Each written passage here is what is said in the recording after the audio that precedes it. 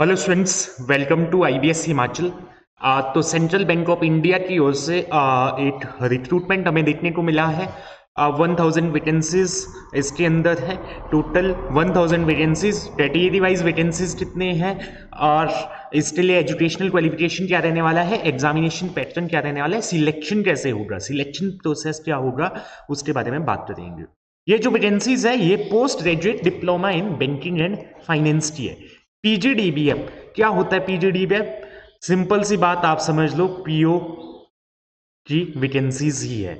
लेकिन पीओ की वैकेंसीज और पीजीडीएफ में डिफरेंस ये है कि पीजीडीएफ के अंदर आपको 1 ईयर का साथ में कोर्स करवाया जाएगा सेंट्रल बैंक ऑफ इंडिया की ओर से। उसके बाद आप as a provisional officer appoint होंगे सेंट्रल बैंक ऑफ इंडिया के अंदर। चलिए इसके बारे में पूरी डिटेल में डिस्कशन करेंगे। क्या सारी चीज़ें रहने वाली है, आपको इस वैकेंसीज के लिए अप्लाई करना चाहिए नहीं करना चाहिए, तो इसके बारे में यहाँ पे बात करेंगे।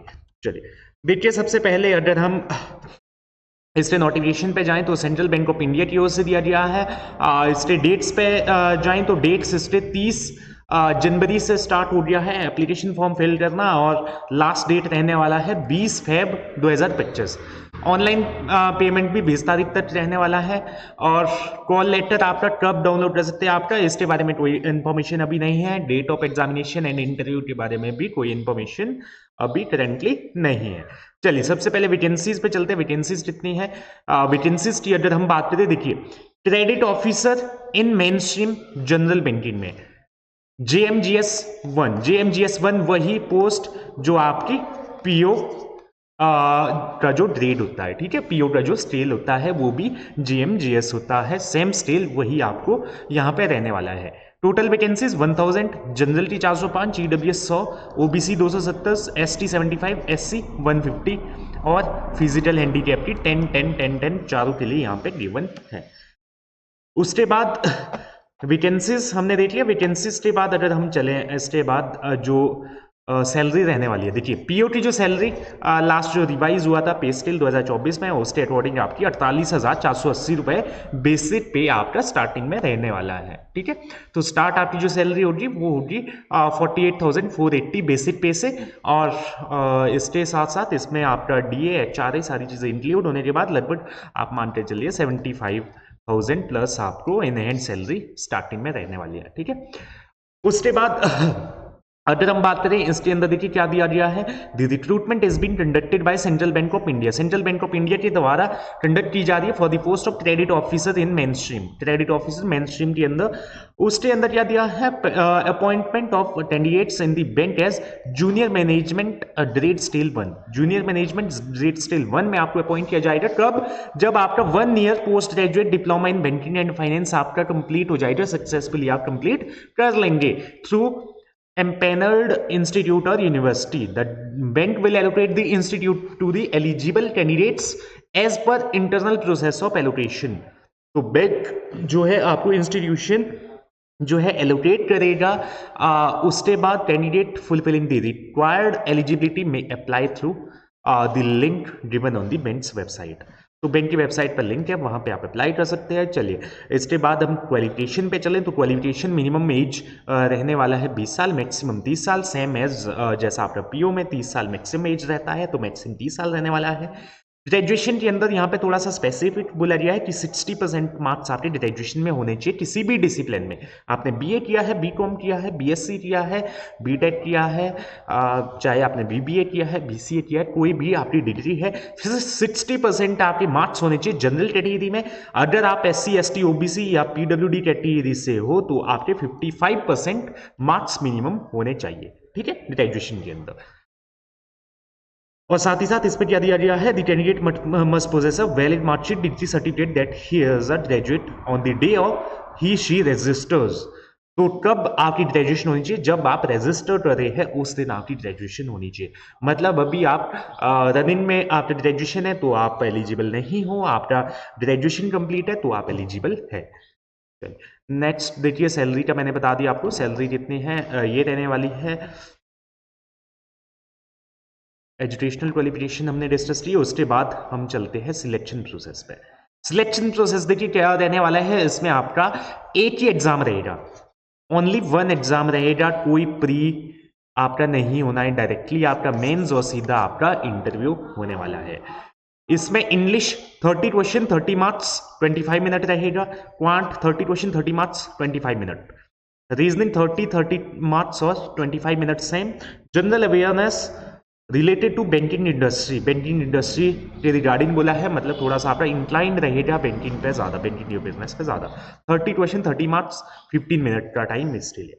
और आपका जो इंग्लिश लैंग्वेज डिस्क्रिप्टिव रहने वाला है, ऐसे और लेटर जैसा आपका सेम होता है IBPS PO के अंदर, तो वैसे ही 2 क्वेश्चन रहने वाले 30 मार्क्स के, टोटल आपका हो गया 150 मार्क्स। ठीक है, ये आपका रहने वाला है एग्जामिनेशन। उसके बाद अगर हम बात करें डिस्क्रिप्टिव पेपर में be evaluated by automatic storing machine. ठीक है, ऑटोमेटिक स्टोरिंग मशीन हमें पता है कि जो IBPS PO के अंदर भी एग्जामिनेशन होता है, उसके अंदर भी इंग्लिश का डिस्क्रिप्टिव सेक्शन जो है कंप्यूटर के थ्रू ही आपका चेक होता है, तो वो इसमें कोई नई बात नहीं रहने वाली है। ठीक है, there will be no negative marking, सबसे बड़ा इंपॉर्टेंट पॉइंट इसमें ये रहने वाला है। ठीक है, नेगेटिव मार्किंग नहीं होगी। अगर आपका थोड़ा सा एक्यूरेसी में दिक्कत रहता है, IBPS PO में एक्यूरेसी की वजह से आपका थोड़ा सा एग्जामिनेशन रह जाता है, तो ये एग्जाम आपके लिए बहुत अच्छा एग्जाम रहने वाला है, जहां पे आप अटेम्प्टेशन फुल करिए, नेगेटिव मार्क्स का कोई भी इसके अंदर आपको दिक्कत नहीं रहने वाला है, नेगेटिव मार्किंग नहीं होगी। ठीक है, चलिए ये चीज ध्यान रखना, नेगेटिव मार्किंग नहीं है इसमें। उसके बाद बाकी अगर हम आगे चले, cut off score, each candidate will be required to apply minimum score in each test of online examination. तो सेक्शनल कट ऑफ भी होगा। ठीक है, सेक्शनल कट ऑफ होगा, सेक्शनल कट ऑफ आपको सभी का क्लियर करना होगा, and also a minimum total score, और टोटल तो हमें पता है कि ओवरऑल कट ऑफ होगा और सेक्शनल कट ऑफ भी साथ में होगा। ठीक है, depending on the number of vacancies available cut offs will be decided. ठीक है, कट ऑफ उस बेसिस पे डिसाइड होगा, सिंपल सी बात है, कोई भी ज़्यादा इसमें है नहीं कुछ बात करने का। उसके बाद इंटरव्यू में आए तो इंटरव्यू देखिए, इंटरव्यू आपका रहने वाला है 50 मार्क्स का, 50 मार्क्स का इंटरव्यू, मिनिमम क्वालिफाइंग मार्क्स 50% रहने वाला है, मतलब 25 मार्क्स जनरल के लिए, और 45% मिनिमम क्वालिफाइंग रहने वाला है SC ST OBC PWD candidate के लिए। 45 का मतलब है 22.5 मार्क्स। ठीक है, फाइनल सिलेक्शन आपका होगा, फाइनल सिलेक्शन आपका किस बेसिस पे होगा, ऑनलाइन एग्जामिनेशन और पर्सनल इंटरव्यू के बेसिस पे आपका फाइनल सिलेक्शन होगा। ठीक है, फाइनल लिस्ट उसके बेसिस पे आपकी प्रिपेयर की जाएगी। चलिए नेक्स्ट, अगर हम बात करें इसके बाद जो आपका एग्जाम क्लियर हो जाता है, उसके बाद आपका क्या प्रोसेस रहने वाला है। Post graduate diploma in banking and finance आपने करना है, कितने 1 ईयर का कोर्स आपका रहेगा। 1 ईयर के कोर्स में 9 मंथ आपका क्लासरूम ट्रेनिंग होगी किसी भी इंस्टीट्यूट के अंदर जहां जो बैंक डिसाइड करेगा। ठीक है, मणिपाल इंस्टीट्यूट हो सकता है, जैसे IDBI मणिपाल के अंदर करता है, कोई और इंस्टीट्यूट भी हो सकता है, वो सेंट्रल बैंक ऑफ इंडिया के ऊपर डिपेंड करता है कि इस इंस्टीट्यूट के अंदर ये करवाते हैं। ठीक है, 9 मंथ ऑफ क्लासरूम ट्रेनिंग रहेगी, 3 मंथ की ऑन जॉब ट्रेनिंग रहने वाली है। Details of institute, the detail regarding the institute from universities from which course shall be completed will be inform later, इसके बारे में बाद में बताया जाएगा। ठीक है, ड्यूरिंग द कोर्स कैंडिडेट को क्या करना पड़ेगा, complete the diploma in banking and finance में डिप्लोमा कंप्लीट करना पड़ेगा, या फिर JIB और आपको निकालना पड़ेगा Indian institute of banking and finance. ठीक है, इससे चलिए payment of course fee, course की जो टोटल फी रहने वाली है वो रहने वाली है 3 लाख से लेकर 4 लाख तक, एक्सक्लूसिव ऑफ GST इसमें इंक्लूड नहीं है। ठीक है, 3 से 4 लाख आपका रहने वाला है कोर्स का फी। इसमें कोर्स फी में क्या रहने वाला है, lodging, boarding expenses, education fee for whole 9 month to attend postgraduate diploma in banking and finance, and candidate will be given diploma certificate from the engaged institute university by the bank. ठीक है, उसके बाद the selected candidate shall have to pay the course fee to the institute as per the payment terms of the training institute university. ठीक है, उनके according आपको अपना payment करना होगा। उसके बाद अगर हम बात करें एजुकेशनल लोन, 3 से 4 लाख का यहाँ पे फीस रहने वाला है, तो इसके लिए आपको एजुकेशनल लोन भी जो है बैंक अवेल करेगा। अगर आपका सिविल रिपोर्ट सही है तो आपको एजुकेशनल लोन भी जो है बैंक की ओर से ग्रांट हो जाएगा इसके अंदर देखिए क्या दिया गया है आपका, अगर हम यहाँ पे बात करें education loan will be decided, the interest charge will be as per the education loan scheme. Education loan scheme के अकॉर्डिंग जितना भी इंटरेस्ट एजुकेशनल लोन पे चल रहा होगा बैंक के अंदर वो आपको दिया जाएगा। The amount maximum loan amount granted to candidate will be equal to the course fee. Course fee जितना होगा उतना लोन आपको मिलेगा। Repayment of educational loan will be in accordance with the educational loan scheme. Candidate will have to avail the educational loan shall have to start repayment toward educational loan immediately after the completion of course।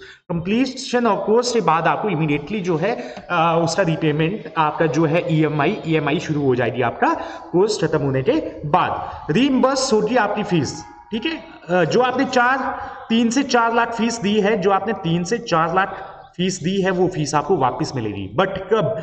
5 साल के बाद। जब आपको 5 साल का successful completion of 5 year हो जाएगा bank के अंदर एज एन ऑफिसर, तो आपको रीइंबर्स हो जाएगा फीस, जीएसटी एक्सक्लूसिव जीएसटी और इंटरेस्ट, ठीक है। ओनली कोर्स फी आपको रीइंबर्स होगा, जो 3 से 4 लाख आपका कोर्स फी होगा, ठीक है। एडिशनल चार्जेस जो भी होंगे वो आपको रीइंबर्स नहीं होंगे, ठीक है। तो ये भी एक अच्छी बात है। अगर आप 5 साल कंटिन्यू जॉब करते हैं उसी बैंक के अंदर तो आपको फीस रीइंबर्स हो जाएगा आफ्टर 5 ईयर्स। नेक्स्ट अगर हम कोर्स की बात करें, कोर्स का पहले मैंने आपको बता दिया कि 9 मंथ का कैंपस में रहेगा, 3 मंथ का आपका ऑन जॉब ट्रेनिंग रहेगा at the branches of central Bank of India. On successful completion of course the candidate will be awarded post graduate diploma in banking and finance and inducted into the Central Bank of India as a credit officer on probation in GMGS1। तो जैसे ही आपका खत्म हो जाता है तो आपको central Bank of India के अंदर जॉब मिलेगी, डेफिनेट है। सेंट्रल बैंक ऑफ इंडिया अगर आप कोर्स कंप्लीट करते हैं, सिर्फ आपको कोर्स कंप्लीट करना है, आपका कोर्स कंप्लीट है तो आपको सीधा सेंट्रल बैंक ऑफ इंडिया के अंदर जॉब मिल जाएगा GMGS1 स्केल पे। अच्छा, साथ में आपको जो है स्टाइपेंड भी मिलेगा कब? कोर्स के ड्यूरिंग में। तो 9 मंथ का जो आपका ट्रेनिंग रहेगा, क्लासरूम ट्रेनिंग रहेगा, उसमें आपको 2500 पर मंथ रहेगा। और ऑन जॉब जब आपका ट्रेनिंग रहेगा 3 मंथ का, उसमें आपको जो मिलेगा वो मिलेगा 10,000 पर मंथ, ठीक है। और प्रोवेशन पीरियड कितना रहने वाला कैंडिडेट का? उसके बाद 2 साल का प्रोवेशन, जैसे बैंक के अंदर पीओ का प्रोवेशन पीरियड रहता है। तो ये सारी चीजें हमने डिस्कस की। उसके बाद अगर हम एप्लीकेशन फीस की बात करें, जनरल कैंडिडेट के लिए 750 और SC ST OBC कैंडिडेट के लिए 150 रुपीज फीस रहने वाला है। एग्जामिनेशन सेंटर की बात करें तो हर एक स्टेट के अंदर लगभग एग्जामिनेशन सेंटर है, आप देख सकते हैं। जैसे चंडीगढ़ के अंदर मोहाली, छत्तीसगढ़ रायपुर, हिमाचल का है हरियाणा का अंबाला, गुरुग्राम कुरुक्षेत्र, हिमाचल का बिलासपुर और शिमला, जम्मू कश्मीर श्रीनगर जम्मू, झारखंड का आप देख सकते, कर्नाटक केरला, हर एक डिस्ट्रिक्ट के अंदर आपको एग्जामिनेशन सेंटर देखने को मिल जाएंगे, ठीक है।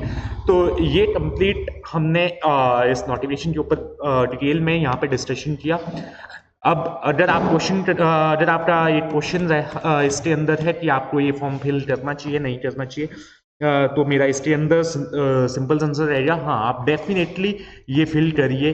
क्योंकि आपका PGDF का डिप्लोमा है, 1 साल PGDF का डिप्लोमा आप कंप्लीट कर लेंगे, आपको काफ़ी ज़्यादा एक्सपीरियंस क्लासरूम के अंदर आपको चीज़ें समझ आएगी, चीज़ें आप पढ़ेंगे। उसके बाद अगर आप जॉब पे जाते हो, देखो जो सिंपल प्रोबेशनर ऑफिसर जॉब पे जाता है, प्रोबेशनर ऑफिसर ये इतना लंबा कोर्स नहीं करते हैं, उनका ट्रेनिंग होता है 15 डेज या 30 डेज के अप्रॉक्स में, ठीक है, उससे ज़्यादा आपका ट्रेनिंग नहीं होता है। बट अगर आप यहाँ पे 9 मंथ के जो है क्लासरूम ट्रेनिंग में जाते हो तो वहाँ से आपका एक थोड़ा सा चीज़ें बहुत ज़्यादा क्लियर हो जाती है बैंकिंग इंडस्ट्री के बारे में, बैंकिंग में काम कैसे करना है, और साथ ही साथ उसके बाद आपका जो है जॉब जो है आपकी 100% श्योरिटी है कि जॉब आपकी हो जाएगी, लगभग तय है कि आपकी जॉब इसके अंदर लगनी है, ठीक है। तो आपको ये एग्जामिनेशन फिल करना चाहिए अगर आप जो है तैयारियां बैंकिंग की कर रहे हो। चलिए, तो ये था कंप्लीट डिटेल आज के वीडियो के लिए। बाकी आपको ये वीडियो अच्छा लगा हो, वीडियो को लाइक करिएगा, चैनल पर न्यू हो सब्सक्राइब करिएगा। मिलते हैं नेक्स्ट वीडियो के अंदर, टिल देन बाय बाय।